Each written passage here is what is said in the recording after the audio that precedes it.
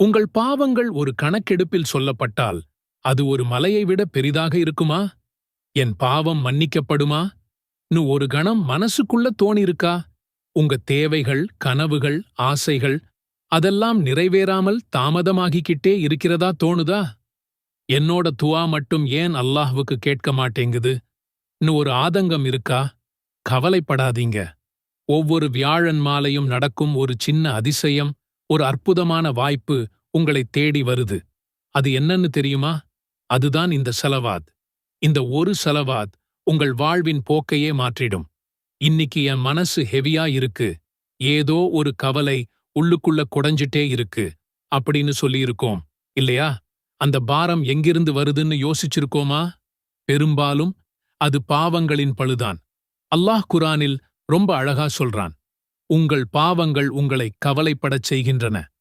இந்த உலக வாழ்க்கையின் ஓட்டத்தில் அறியாமலோ தெரிந்தே கூட நம்ம நிறைய தவறுகள் செஞ்சிருக்கலாம். அந்த பாவங்களோட சுமை நம்ம மனசுல ஒரு பெரும் பாரமா உட்கார்ந்துடுது. நம்மளோட துவாக்கள், பிரார்த்தனைகள் அல்லாஹ்வை சென்றடைய மாட்டேங்குதோன்னு ஒரு சந்தேகம் கூட வரும். இந்த கவலைய துடைச்சு மனசுக்கு ஒரு நிம்மதியைத் தரக்கூடிய ஒரு பொன்னான நேரம் இருக்கு. அதுதான் வியாழன் மாலை.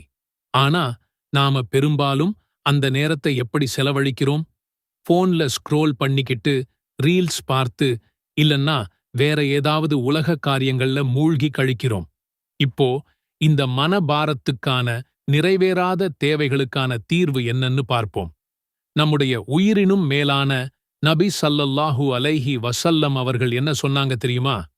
யார் என் மேல் ஒரு முறை ஸலவாத் சொல்கிறாரோ அவர் மீது அல்லாஹ் 10 முறை அருள் புரிகிறான். இதைவிட பெரிய வெகுமதி வேற என்ன வேணும்? ஒரு முறை ஸலவாத் சொன்னா 10 மடங்கு அருள். இது ஒரு சாதாரண விஷயம் கிடையாது. இதைத்தான் நாம் வியாழன் மாலையில் பல மடங்கு அதிகப்படுத்தப் போகிறோம்.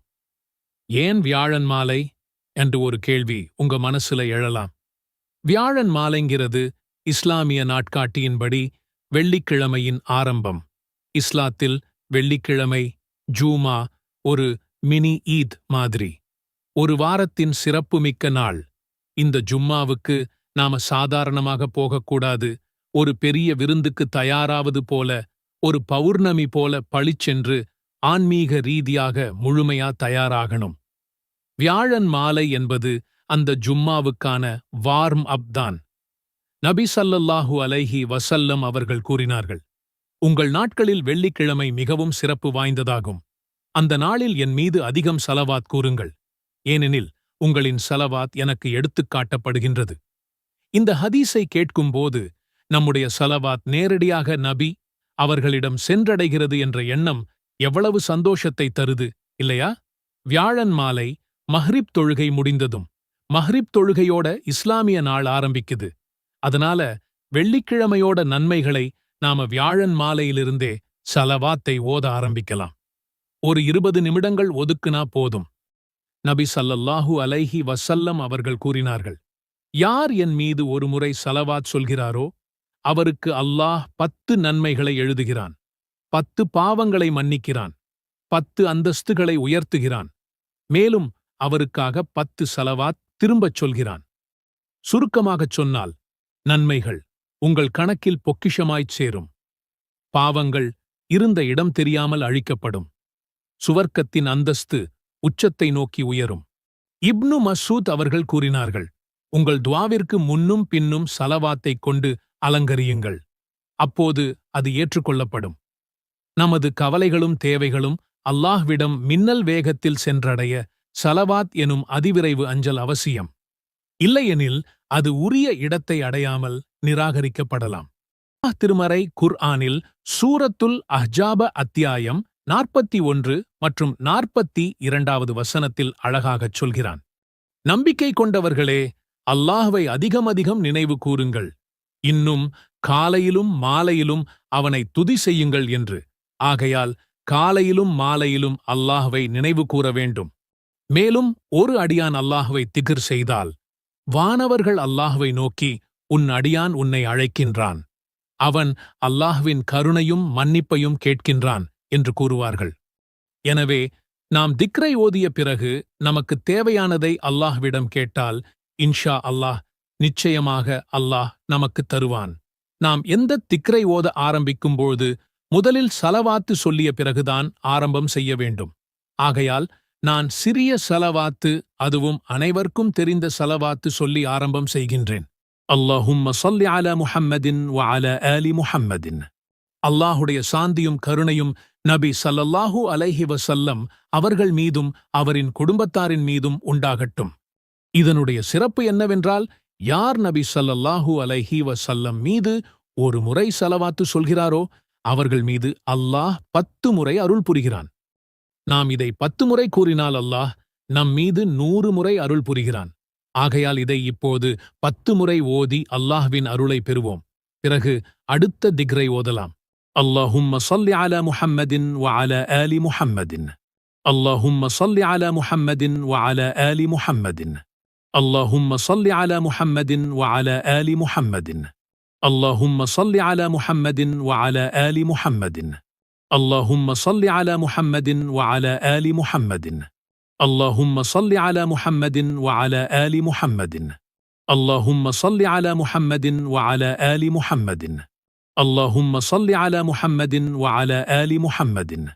அல்லாஹும்ம ஸல்லி அலா முஹம்மதின் வ அலா ஆலி முஹம்மதின். அல்லாஹும்ம ஸல்லி அலா முஹம்மதின் வ அலா ஆலி முஹம்மதின். அல்லாஹும்ம ஸல்லி அலா முஹம்மதின் வ அலா ஆலி முஹம்மதின். நபி ஸல்லல்லாஹு அலைஹி வஸல்லம் அவர்கள் கூறினார்கள், யார் இந்த வார்த்தைகளை ஒரு நாளில் 100 முறை சொல்கிறாரோ அவரின் பாவங்கள் கடலின் நுரை போன்றதாக இருந்தாலும் மன்னிக்கப்படும். சுப்ஹானல்லாஹி வ பிஹம்திஹ்.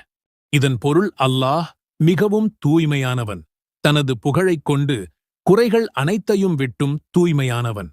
சுப்ஹானல்லாஹி வ பிஹம்திஹ். சுப்ஹானல்லாஹி வ பிஹம்திஹ். சுப்ஹானல்லாஹி வ பிஹம்திஹ். சுப்ஹானல்லாஹி வ பிஹம்திஹ். சுப்ஹானல்லாஹி வ பிஹம்திஹ். சுப்ஹானல்லாஹி வ பிஹம்திஹ். சுப்ஹானல்லாஹி வ பிஹம்திஹ். சுப்ஹானல்லாஹி வ பிஹம்திஹ். சுப்ஹானல்லாஹி வ பிஹம்திஹ். சுப்ஹானல்லாஹி வ பிஹம்திஹ். அல்ஹம்துலில்லாஹ். அல்ஹம்துலில்லாஹ். அல்ஹம்துலில்லாஹ். அல்ஹம்துலில்லாஹ். அல்ஹம்துலில்லாஹ். அல்ஹம்துலில்லாஹ். அல்ஹம்துலில்லாஹ். அல்ஹம்துலில்லாஹ். அல்ஹம்துலில்லாஹ். அல்ஹம்துலில்லாஹ்.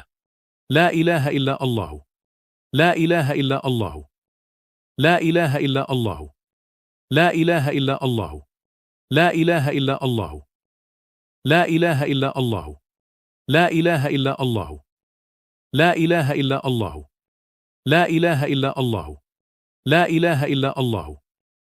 சுப்ஹானல்லாஹ். சுப்ஹானல்லாஹ். சுப்ஹானல்லாஹ். சுப்ஹானல்லாஹ். சுப்ஹானல்லாஹ். اللهم صل على محمد النبي الأمي وعلى آله وسلم تسليما. அல்லாஹ்வே, உம்மை நபியான முஹம்மத் ஸல்லல்லாஹு அலைஹி வஸல்லம் அவர்கள் மீதும் அவர் குடும்பத்தினர் மீதும் உனது அருளைப் பொழிவாயாக. அவர்களுக்கு முழுமையான சாந்தியையும் சமாதானத்தையும் வழங்குவாயாக. اللهم صل على محمد النبي الأمي وعلى آله وسلم تسليما. அல்லாஹ்வே, உம்மை நபியான முஹம்மத் ஸல்லல்லாஹு அலைஹி வஸல்லம் அவர்கள் மீதும் அவர் குடும்பத்தினர் மீதும் உனது அருளைப் பொழிவாயாக. அவர்களுக்கு முழுமையான சாந்தியையும் சமாதானத்தையும் வழங்குவாயாக.